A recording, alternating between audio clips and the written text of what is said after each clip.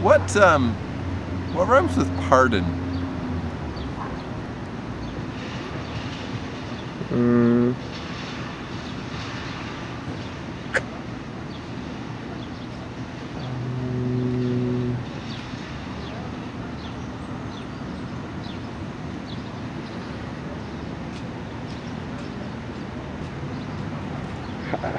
How about garden?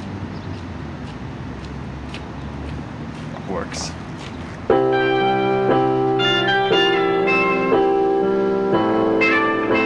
So how did you get into gardening? When I was a kid, I had one of those Snoopy snow cone makers.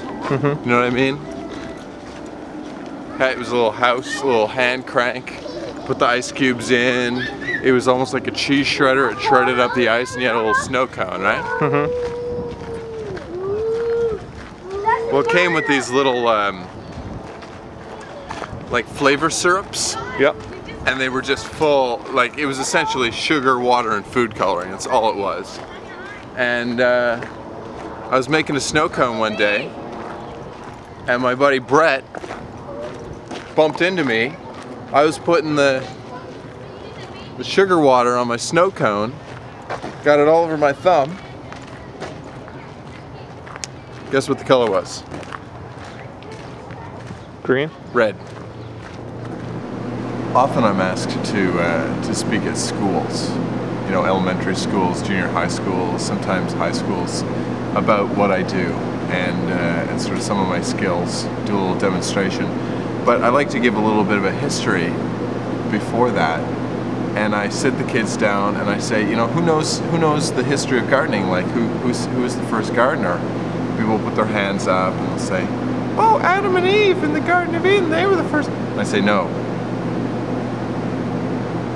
Sit down, Ricardo, and let me tell you, I'm the expert. So I say, the first gardener ever was a fellow by the name of Jack. We don't know his last name, but he went to town with his cow, and he was supposed to trade his cow for a plasma screen TV, because his family really needed one. But instead, he was shystered by a crook who sold him beans instead of a plasma screen TV. Jack thought this was a great idea. Took the beans home, he was really excited. He said, look mom, I got these beans. And they said, we want to watch Everybody Loves Raymond in HD. Those beans aren't gonna do it. We asked you to go get a plasma screen TV, and this is what you bring back. And then they flogged him, they beat him quite badly. And they kicked him out of the house and they said, oh, we don't ever want to see you again. And Jack still had the beans in his hand, and he sort of crawled out, because he was badly flogged and beaten, crawled out on his hands and knees, and he sort of just lay there and died. And rigor mortis set in. Beans fell out of his hand onto the ground. His body decomposed on top of them and sort of fertilized them. And then this vine grew all the way up to the clouds, and a giant came along and climbed up to the clouds and got all these coins and said, fee, fi, fo, fum, one up.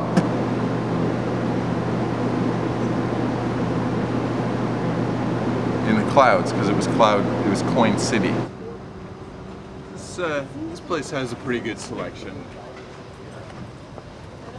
You know, people who are looking to get into gardening often ask me, you know, what's the best, where should I buy my stuff? You know, where should I make my purchases? And I'll often send them to a place like this because, you know, they've got everything. They've got all kinds of different plants.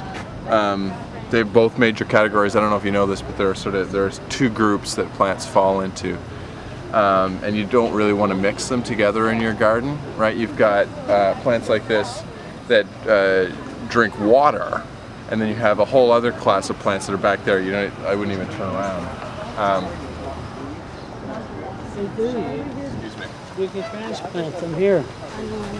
They're the carnivorous plants that eat, you know, insects and small animals like rodents and things. And I actually lost a buddy.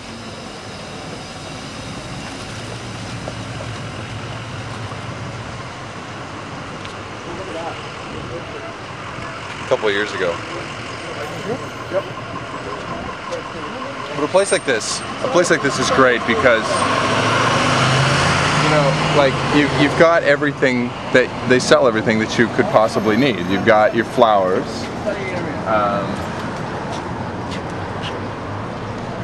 You've got all your supplies like your potting soil and other garden essentials like pots and jerky. I got the jerky. So Jim, what's your favorite gardening tool? What? What's your favorite gardening tool?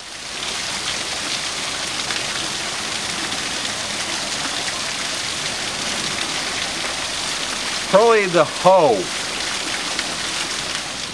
You ever hear about those the gardening competitions? Like it's the new thing on TV, like the extreme reality shows. I haven't seen any. Like extreme gardening, or the extreme gardening challenge, or you know, like extreme gardening, garden edition. I was on one of those shows. You probably saw it. And the challenge was to garden. It was sort of an endurance test, but rather than have us, you know, like stand on a log in the middle of the water and see how long our legs could take it, we were supposed to garden for as long as we could, and the last one standing won. And I gardened. I kid you not, and this is all fully documented on the television program, for 7 days. 14 hours, 3 minutes, and 7 seconds. That's the current world record for gardening. I did not stop, I did not eat, I did not sleep. I had a little bag on the side that they rerouted my bowels through. And that's what got me my nickname. Because I was so committed to gardening non-stop for that amount of time, they started to call me, and they would hold this up on, you know, signs and things, and they had t-shirts printed up for the audience. The Constant Gardener is what they called me.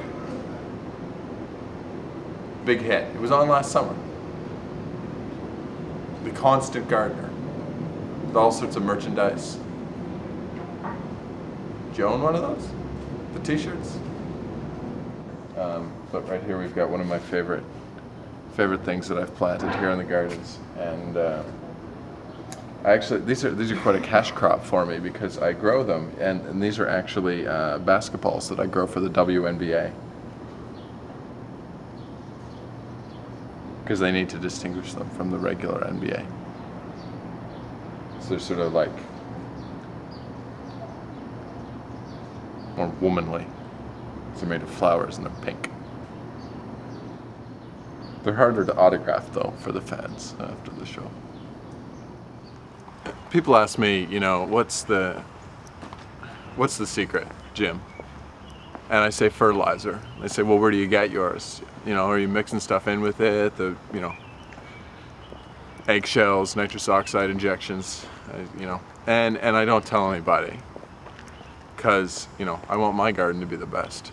Why would I share all my secrets?